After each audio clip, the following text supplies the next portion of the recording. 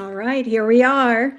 Okay, so welcome, Macy. I'm going to just welcome you all here. Welcome to On Our Terms Live, where we will explore what it really means to build a life and a business aligned with who you are, not just what the world tells you to do.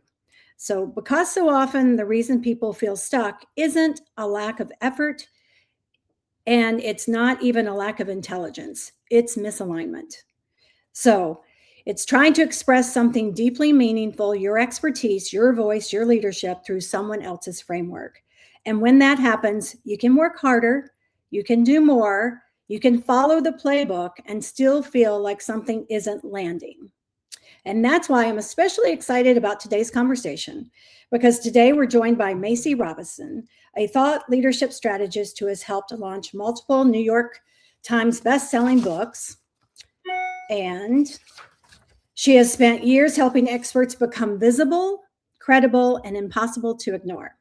But what makes Macy's story so powerful isn't just the success she's helped create for others, it's what's happened when she has had to do it for herself. So, after years of building platforms for other thought leaders, including serving as senior director of StoryBrand's certification program, Macy began to notice a pattern. Brilliant experts weren't stuck because they lacked ideas. They were stuck because they were trying to communicate their brilliance through someone else's voice, someone else's strategy, and someone else's version of success. And that realization became the foundation for what she created, the resonance compass. It's a framework built on a powerful idea that resonance is not subjective, it's measurable. And that's a bold statement. And that's the one we're going to unpack today, because when your message resonates, your business moves, your confidence grows, and your leadership becomes clearer. So, Macy, welcome to On Your Terms Live. I'm really looking forward to this conversation. I am Right? excited. Thank you for having me. Yes, yes, yes. So, I wanted to start out by asking you, and let's just you and I talk for a moment here. And so that's what we're going to do. We're just going to really talk about, have conversation about what it means, why it's important, what you've learned about it, and how we can do something about it. Right? I love it. Because it's Perfect. for all thought leaders and all people, and just people in general. So, let me ask you this. When did you first notice that brilliant experts weren't stuck because of a lack of ideas, but because how they were expressing or conveying their expertise? I think a lot of it came, like you said, a lot of the things that I've learned have come from trying to apply the things I've done building other people's platforms to my own platform and just feeling frustrated again and again and again. I think we see it in a lot of different spaces, but I'll just speak from my own Yeah. experience. One of the first stories that pops to mind is um often the advice that is given when you have something to share and you want to scale your business, scale your impact, you create something that is evergreen or digital, like a digital course. And I think most influential person in that space is Amy Porterfield. I've taken a lot of courses from her. I've had a chance to work with her team. I really think she's so brilliant and has built such an amazing business for herself. And I have helped thought leaders and clients over the years build digital courses to expand their reach, expand their impact, and expand their businesses. And it's been really fun. And I feel like I know how to do it. My background is in teaching. So it's kind of a natural progression to say, hey, thought leader, you teach this thing. Let's package that up and make it so it's deliverable in a different form. And with that confidence, all the confidence in the world, I thought, this is maybe 7 years ago, I'm going to create a course. I've helped people launch books. I'm going to create a course called Book to Business.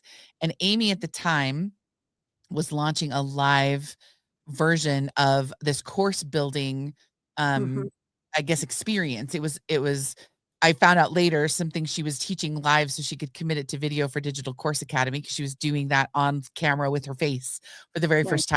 Wanted to get the content right.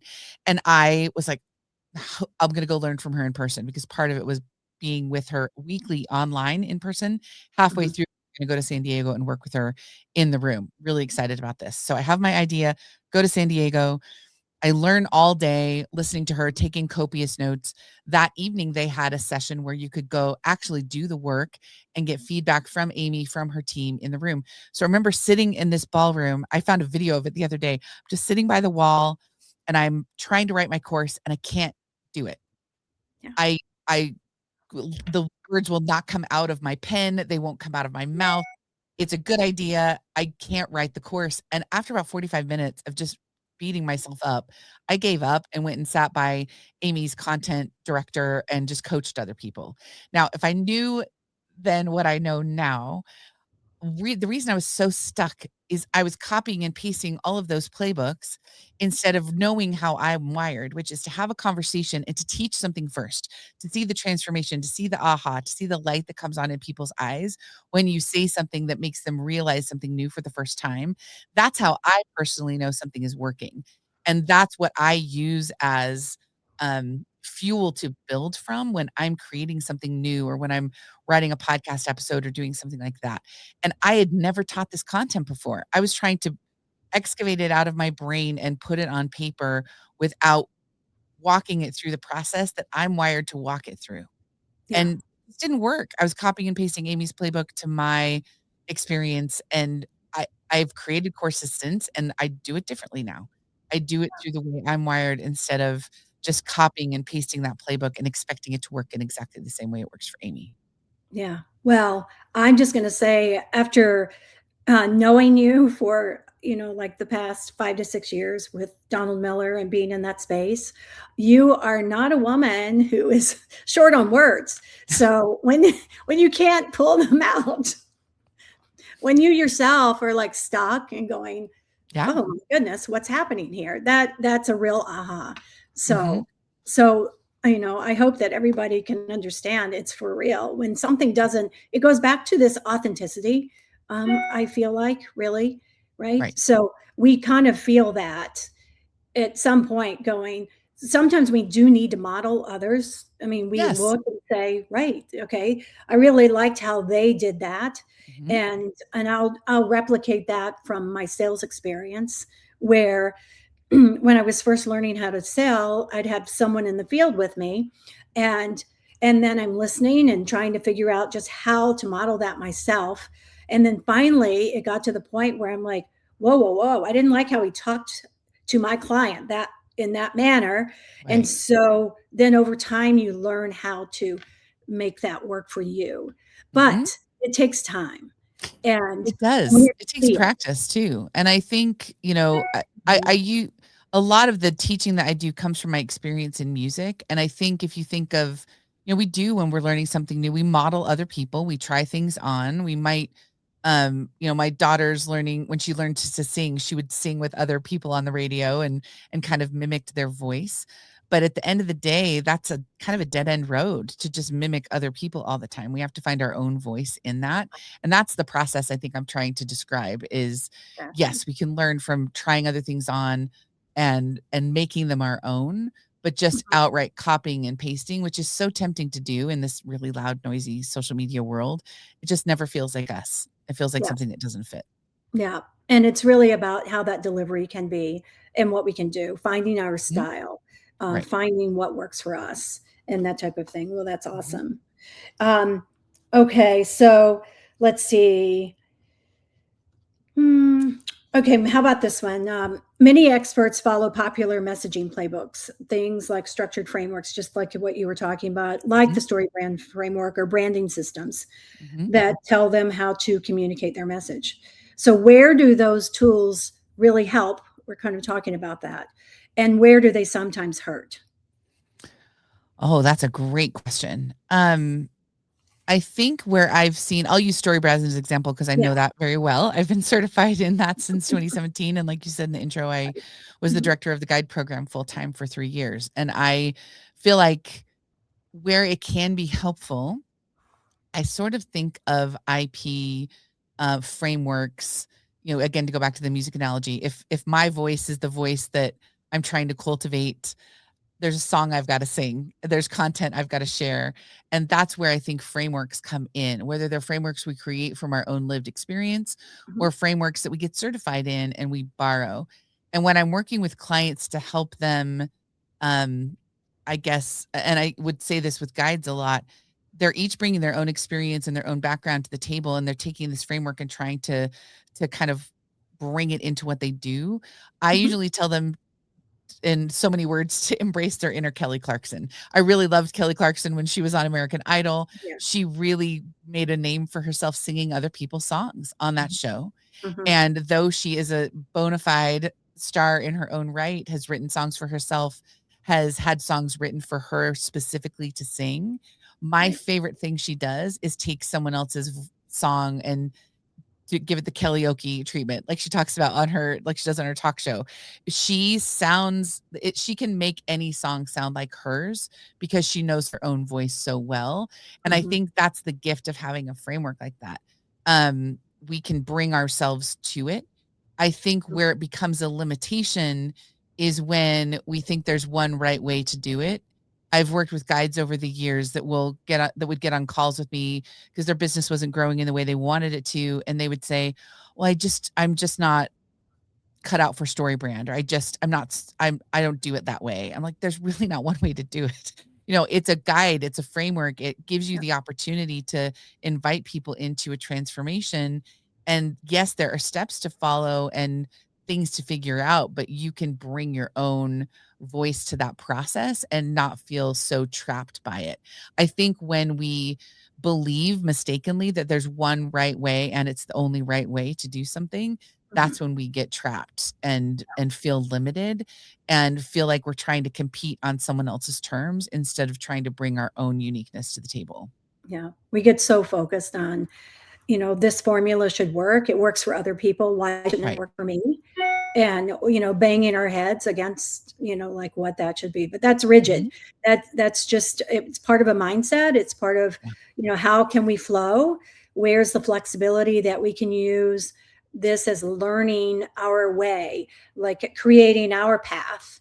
Mhm. I liken that to um, well, the destination. So if we're going from East Coast to the West Coast, I'm going to pick one way, you're going to pick another way. So, Right. well, we're Right. going to get there, and I think that it is the hard part is deciding what that pathway. Do you want that pathway to be a slow? I mean, a lot of people want it to be a fast journey, like follow the formula and it's going to work, Mhm.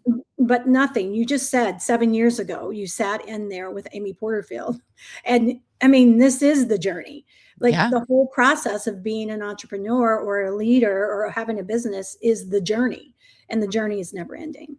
Right. So that's it's helpful. The one other piece I wanted to add on to frameworks is that, we're talking about other people having those frameworks and kind of finding your own self. I think sometimes, and that was an aha moment for me, was that shoot, like framework means that it's just my process. What's Right. my success formula? I mean, sometimes it's not that simple. We think that, oh, it must be this, but we're really looking for what's the success path for us and, Agree. and modeling which pieces work for us and which don't, Mhm. right? And there's so many ways to go about it. So trial and error is just like that. Yeah. I agree. So Yeah, and I think it's helpful to borrow frameworks like that if you have something you wanna teach, if you believe in it, getting certified in it is a great way to start to build a business. yeah, And then you find as you do your own things, like giving yourself permission to I usually encourage people to start with the principles that they find themselves teaching over and over again, whether they're quoting other people or coming up with their own way of expressing something. That's yeah. something to pay attention to. And then you can build from there. There's probably a process you follow. Or I have a client right now that is a story brand guide, and um, she has been a guide forever and really has a very unique way of structuring websites and wireframes. And I Mhm. have never seen anyone build that way. And so I've been encouraging her to say, yeah, keep centering in story brand because that's important to you and it's a part of your identity. It's part of the business that you've built, but you've got this other process that is so important that you can continue to make visible and even teach to other people, and there's value in that too. So it's just really owning who you are and looking at what you bring to the table, and if it's someone else's framework, if it's yours, putting all of that together just makes you more uniquely who you are. And like, the name of your podcast here, like, do you do it on your own terms? That's what I hope people take from the work that I do, is Yeah. permission to do that. Yeah. And that is, I think the hardest thing, I love that word permission, because we need to give ourselves permission. No one else has to give us this permission. We need to give our own, that we can give ourselves permission to do these things. And so it's really important. All right. So let me ask you, because, oh, good. Um, so yeah, this is good. So much of this that we've talked about seems to be connected to identity, understanding who you are, before trying to communicate what you do. So how do you help someone discover their own voice when it's not clear to them who they really are? Oh, that's a great question. I think a lot of my own understanding of it came through looking at my own lived experience, Mhm, and realizing that I have this background in music. I used to avoid even any language around I help people uncover their voice or discover their voice, because I mhm, would see other people in the marketplace saying that, and internally I would get a little annoyed. So like, you don't know anything about voice. Like, like singing see? is one of those things that I really believe everybody can learn to sing, and I think some people do it more easily than others. I think some people can learn it, and just like you can learn any physical skill, but it feels mysterious because we can't see our vocal cords working. We can't really understand exactly what's happening. We just have to do it by feel. And so it seems like something that's bestowed from on high, and it's a gift, but it's something that can be cultivated. And Mhm, I believe that this work is the same. Like, I think it can be cultivated, it can be chosen, and I mhm, try to walk people through that process of what is their unique contribution.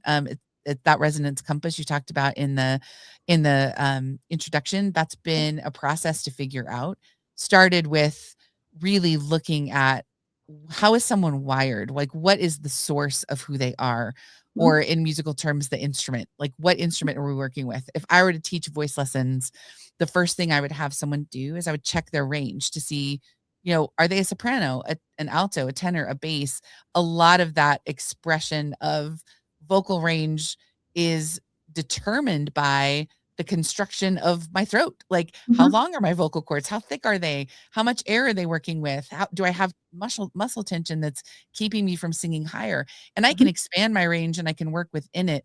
But if I'm singing way far out of it, I'm just going to get frustrated and exhausted. So I work with clients to go through things like Working Genius and some other assessments to really help us dial in how mhm, they're wired so we're not working against it. So that's one component of it.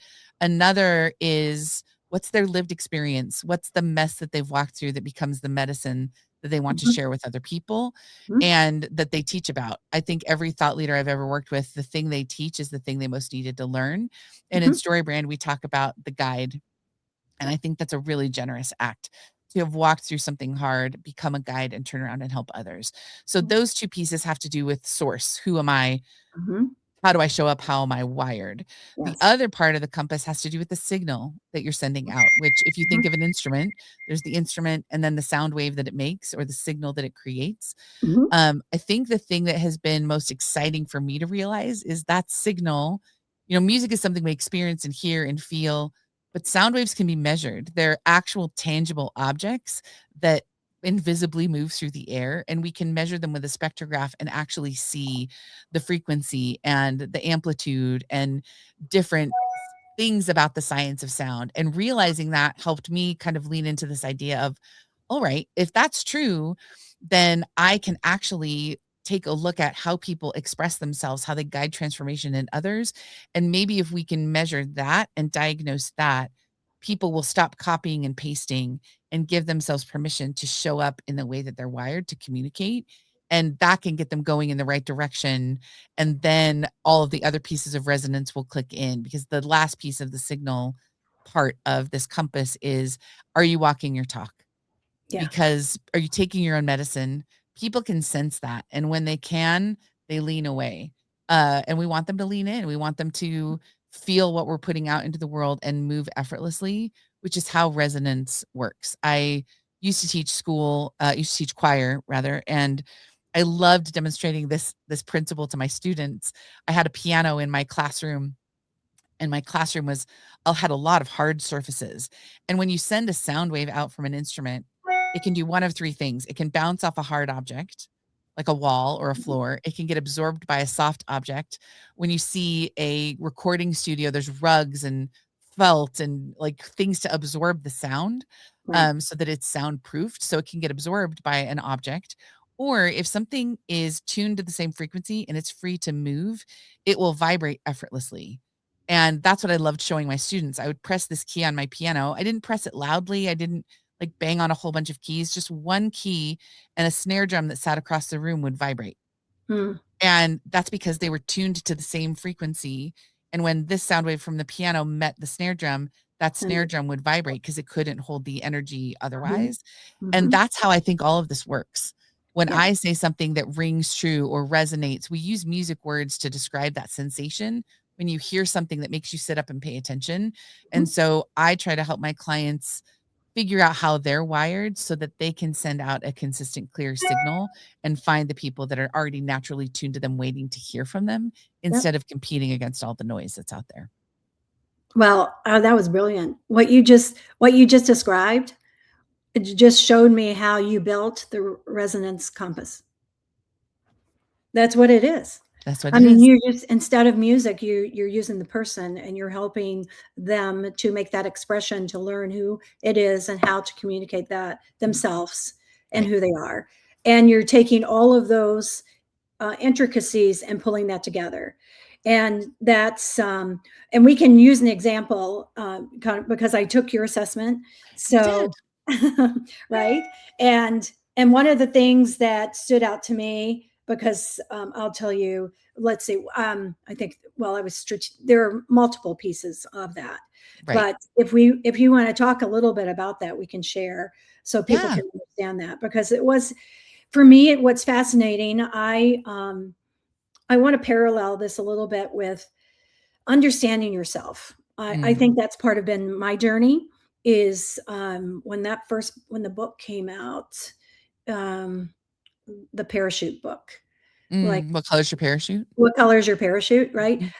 That always journey, uncovering who you are, who it's just unpacking, it's peeling back the onion time after time. And Yeah. it's my belief, and that's why I became a coach, because it's my belief that we can do just anything that we want to do if we put our mind to it. Agree. It's just a matter of the efforts, what it is and how we want to do it and how we want to get there. And so, given that, we do need to know how we are wired and what that means. Mhm. And that's no whole nother big show in terms of mindset and our brains. And that we know that our brains are constantly Right. building, more neural connections and doing all of that. So the brain is a marvelous thing, and I think that that's why we get so interested when we're pumped up to learn and Mm. do things, is Yeah. that curiosity comes up. Agree. So, but we also have a certain way about us, and I've had to learn that the hard way too, and where you're knocking and trying to say, okay, is this the door I go through? Or is this door? How many doors do I need to open Mhm. before it makes sense? And that's part of how this goes. Yeah. But the personality test, I think everybody started with that. Personality tests are really giving us an idea about Mhm. how we do show up to other people. And so there's definitely validity into that. I have an assessment that I use that is more about your energetic presentation. So, Mhm. how are you showing up to others, based on how you react versus how you step in and lean in, and Mhm. how you can move the dial, based on just knowing your energy levels in Right. terms of what that means.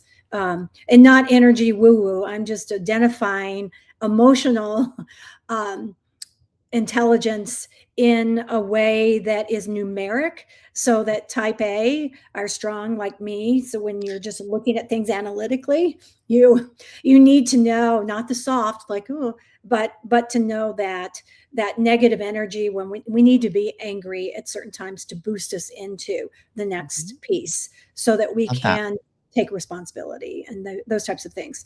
But moving on along that pathway is getting deeper, and I think that's where we're going with what you have for Yeah. leaders, entrepreneurs, business owners, is this resonance compass, and knowing more in depth who you are, so that you can deliver your message in a way. And so my strength, and you can speak to all these things, but I identified as a strategic advisor, Right. right in your Yep. compass. So can Yeah. we talk about that a little bit to help others share and understand what that Happy means? to. Yeah, Okay. my assessment measures that expression piece of the signal you send out. So it's one part of the compass, and I think it's the part I like to start with because it's so observable in terms of maybe the things that I've tried to do to show up and market myself and sell myself and teach the things that I'm interested in teaching, and where those efforts have fallen flat, or maybe they've worked really well and I didn't understand why, because I think both of those things are instructive, because I think um all of that self-knowledge that you just so beautifully talked about, that if we understand it, can help us make choices that give us data that help us make better decisions. And that at the end of the day is what allows us to grow and help others, giving ourselves permission to make those decisions. So I was reverse engineering a whole bunch of thought leadership platforms and realized there was some connection between how people were wired and their talents and their gifts and what they were doing to monetize that and teach other people,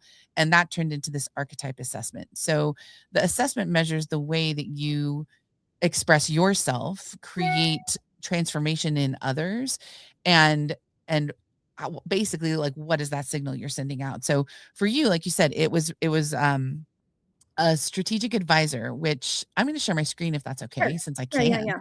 Yeah. Thanks. I here's the initial results that you got, which Mhm. is How do strategic we do that? advisor. So It's let me, coming. It should okay. come in just a second. I Do I have to think. add it to the I stage? don't think so. It worked a minute ago. Um, maybe. Let me see. Yeah, I have to add it to the stage. Oh, There there we we go. go. Perfect. Okay, so these are the results when people take the assessment that they see on screen. It gives you your Mhm, primary archetype. There are 10. mhm, And yours was strategic advisor, the problem solving strategist. This initial report gives you some information. There's a couple of videos where I talk a little bit about that result, so you can start mhm, to learn about it. But as you scroll down, one of the things that I do with clients, oh, there's podcast episodes as well. mhm, The primary matters, but the blend of your top 5 scores is what I think creates the unique signal that is you. Just like an instrument, you know, this is getting into real nerdy music stuff, but 2 mhm. different violins, are played the same way, right? Like we put our fingers down to change the note, pull the bow across the strings, but there's a difference in the color and timbre and sound of a brand new violin compared to a Stradivarius, and it has to do with the different ways it's constructed and how that signal is created. And that to me is what I feel like this blend of archetypes Mm, covers. So for you, you have strategic advisor, which is a problem solving, like analytical precision, high stakes. You're a coach. You work in big organizations and high stakes situations and help people solve problems that they couldn't see the answers to. mhm, Transformational guide is helping people one on one and showing them a better way, helping them transform. That's the thing you're looking for, is transformation. That is my number one archetype. Your number two is my number one. mhm, Digital learning architect is taking that transformation and giving it structure, helping people walk from point A to point B, but maybe doing it through a book or a course. I think Amy Porterfield, if I could get her to take my test, would probably get digital learning architect. Experience facilitator is also about transformation, but it's doing it in groups mhm, and helping people transform in a facilitated container of some kind. That is another thing that is an influence on yours. And then visual thought architect, that is like creating images, being a visual learner, that's kind of the way that that shows up. So, a problem solver who helps people transform and uses some visuals to express themselves. I think that's a, a picture, but it's not as complete as it could be. So, what I love to do with clients is take the raw scores and give an expanded analysis. So, this is your expanded analysis of those top 5. Mhm. Um, I've had about 850 people take this assessment, and I've had a chance to walk through this with a lot of them. Oh, let's see. Let's share this tab instead. There we go. Now you can see it. Mhm. Um, so these are the same 5 that were on the screen before, but Mhm. now we're seeing how you scored. The way this test is designed is not for all of these 5 to add up to 100, Mhm. but to show based on how many points, I guess, are possible for a strategic advisor, Right. you it's 46%. Like, that's a heavy weighting. Anything Mhm. above 35% is something we really want to pay attention to. I think the thing that's interesting about your blend of these 5 is you have a clear lead singer here, a Yes. strategic advisor. Like, I'm going to solve problems. It's like it says here, it's the starting point and the core gift. You diagnose before you prescribe. Your thinking organizes how people think about their situation. That's what a strategic advisor does, is this insight-led category. They solve problems. And then I think the thing that's Mhm. really interesting is these 3 together, they are in a group um, called an experience-led frequency, which all three of these archetypes have the same thing in common, which is the experience, the transformation. That's what I'm trying to solve for. That's what I'm trying to communicate. That's what I'm trying to observe and see when I work with people, is the Mhm. transformation. And you have all 3 of them. Some Mm. people only have 1 or 2, you have all 3. So that's interesting to know, because you're solving the problem, but you don't wanna just leave it at a problem solved. You wanna give them the tools, like you said earlier, like mindset and helping them shift and change. You actually Right. wanna help them transform as a result of the problem you solved, not just hand them a deck and walk away. Yes. And that's It important for you to know in terms of how you communicate, how you set up your offers, and it sounds like you're already doing all of those things naturally, but sometimes having the knowledge and the permission to lean into it a little bit more has a multiplicative effect of strengthening our signal and our resonance even more. And then this visual thought architect, it's 14%, but it has a little bit of an effect. So Mhm. this report walks through the different archetypes and what they mean. Strategic advisor, 46%. You think in mapping systems and diagnosing problems, not in the abstract, but in real time with real challenges in front of you. Mhm. And because that's a high score, that is something that if you're just sitting and maybe trying to write a LinkedIn post about a random thing or borrowing someone else's template, it's Yeah. not going to resonate as much as you writing about or talking about, or even I have a client who's also a strategic advisor, and her natural mode is drawing on a vibe board. She has one of those electronic Yes. whiteboards that she just, when she can't think of what else to do, she turns around, starts drawing on it. Yeah. And for her social media, I finally just said, "Could you just do that? Like, just turn on a camera and Oh, just that's talk exciting. through the problem that you're solving, and let's Mhm. post that." And that's Yeah. been really, really magnetic for her. Hmm. We've structured some of her offers around that, and showing people how you naturally express yourself is one way to utilize this data and say, "Well, if this is how I'm most magnetic anyway, what would happen if we lean into it?" Yep. Um, and like I said, this isn't a soft lean, this is your dominant mode. It tells us your most Mhm. valuable contribution sits at the diagnostic level, and the ideas that have the most impact aren't in isolation, they're in a real room with a real problem. And so having a problem to create and push against is something that matters when it comes to you being able to bring all of your gifts to the table. And then when we go down a little further, it talks about these other pieces like digital learning architect, creating learning pathways that take people from confusion to clarity, transformational guide, having the opportunity to meet people where they are, talk with them one on one, facilitate in a room. All of these things together make up the uniqueness that is you. So I have other clients that are strategic advisors that don't have this specific combination, and there are things that you can do and ways you can express yourself that are going to work really well for you that just aren't going to work for them, even though you have the same primary archetype. So Yeah. it's been really fun to walk through and help folks with this. There's some words about your strategic focus and where to start building your platform. But here at the bottom, your profile is built for a specific kind of impact, strategic clarity delivered at depth, and then transferred through structure. The combination of strategic advisor, digital learning architect, and transformational guide means you diagnose at a high level and care about the transformation landing. Like we actually want people to make a change, not just the insight, but the understanding that follows it. You don't Yeah. fit the mold of the pure consultant or the pure educator because your value comes from the intersection of both. The path that fits your wiring is clear. Do the diagnostic work first, extract the frameworks that emerge, and build the learning architecture around what you've proven.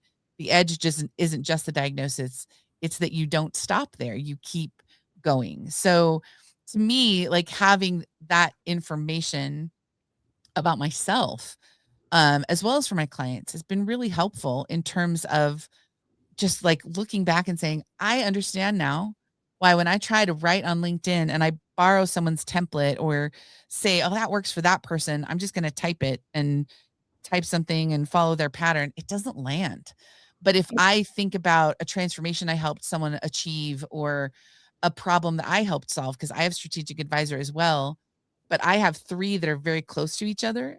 And so I need to activate kind of all three to show up how I can best show up. And Mhm. it's just been really fun to help people unlock and uncover and discover the magic of their own voice. Um, because everyone's voice is just as unique as their fingerprint. And that applies to the way we teach, the way we show up, and the way we guide other people through transformation. And then when we can combine that with the other pieces of how we're wired with this compass, I help people learn how to calibrate. We can Yeah. make better decisions and get more confidence and more resonance and more magnetism from there. So we're not competing Well, against others. it's pretty amazing. And that just goes back to the depth and seeing where we want to go. And it totally makes a lot of sense. So for me to see that, it's like, okay, it's just affirming that what is working is like because of that is how I'm wired and what I Mhm. do. And that's what I do. I tend to work with clients for 6 months and then have a little break and 6 more months Mhm.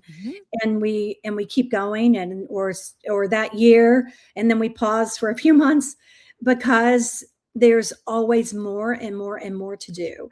Right. So as you're building a company, as you're leaning into being the president of the company, and then now shifting gears to step in and own the company and be the Right. successor. So there are different roles, and then helping a person go through that and build the team along the way, Mhm. and the credibility that goes along stepping into different shoes.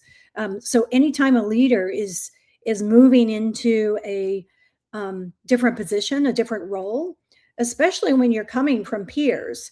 There is this internal conflict Right. about how do we work here, how do we work here, and how do we not how do we step into and really walk in those shoes. Yeah, So and that movement surfaces new problems, which yeah. is what you're wired to do, is come in there and say, "Hey, there's new chaos, there's new problems, there's new things showing up because of this external thing that happened. Mhm. Let's solve it. Let's get it all on the table and figure it out, and let's make a change that's permanent as a result of that." And I love what you just said about how the cadence of working with you has been naturally working so well and happening. And to Mhm. me, when I hear that, it's like, well, that makes sense because they've solved the problem, they're living into the solution, and then something else happens or something else surfaces, and there's a new problem for Anne to come in and help them solve. Yeah. Well, it's a constant journey because we're really looking at the business plus the life. I mean, it's a Right. holistic piece. And especially as you get into owning a business, you need to be, it is the cliche that how can you go from working in your business to working on your business? Right. But but it's a real factor. And there's a Mhm. whole that's a whole nother level of understanding. It's very interesting because the word delegation, when I use that word, sometimes it can feel like a trigger word because people, um, just that word itself, they want to delegate, but it's really we've shifted that in a little bit to growth support. How can Mhm. you allow your people to help you grow more so that you can be in your sweet spot and do these things? Because when we build a business, it's our baby.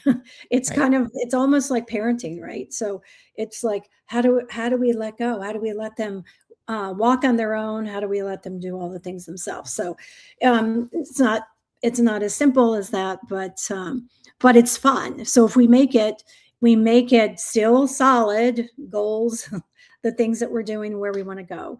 But that is where I want to just talk a little bit. I use Business Made Simple's framework Mhm. as a learning platform, as a cadence to add to, just as we're going along, if we're working on a certain subject, sales, for instance, or Right. whatever it might be. But it gives people another voice to see, to have that, just give some ideas where Right. that is, but kind of using that too. But I, what you just walked through, and that was why I wanted you to come to share with other people to see Yeah. how that works and what that means. Now, I just wanted to kind of close here, walk through. Um, it was awesome how all that took place. And um, okay, so one of the thing. Okay, this is okay. One of what let's go through this question and then we'll Oh, kind of wrap up. But great. how does someone know when their message is truly resonating versus just sounding polished? Oh, that's such a good question. I think there are signals that come from other people. Hmm. It's my daughter really loves to sing alone in her room and sing, to herself and in the mirror. But the real power of a singing voice is getting it in front of people and getting on stage and giving people an opportunity to experience what you've practiced. Yeah. And I think that we know when something is working when people move, when they Hmm. respond, when they take action. It's that idea of the piano and the snare drum. If I am saying something, sharing something, sending out a message and Hmm. people move, I know it's working. It's when we talk in Story Brand about like moving from curiosity to enlightenment to commitment. They're moving forward in that relationship with us and they want to learn more. I think that's a signal that it's working. I Yeah. think if it feels true to you and you know that it's the right thing, that's another indication. Because one of the issues that I see pop up that gets people to lean into the copying and pasting a little bit more is when they share something that feels true to them and they don't get a response. Yeah. That can feel really like I'm doing the wrong thing. Hmm. But like I said before, when you send out a sound wave, it can bounce off a hard object, which we know people that are like they're with their arms folded and they're never going to Yeah. listen regardless. Yeah. It can get absorbed by a soft object, someone's eardrums. Sometimes people are absorbing, absorbing, absorbing, and you have no idea that your words, that your content are actually being taken in.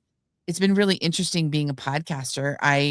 Um I think that when I first launched it, I did it for different reasons than to become like world famous as a podcaster. I'm no Amy Poehler. I just wanted to teach what I felt like I needed to teach and put it out there so people could experience it without getting on a call with me.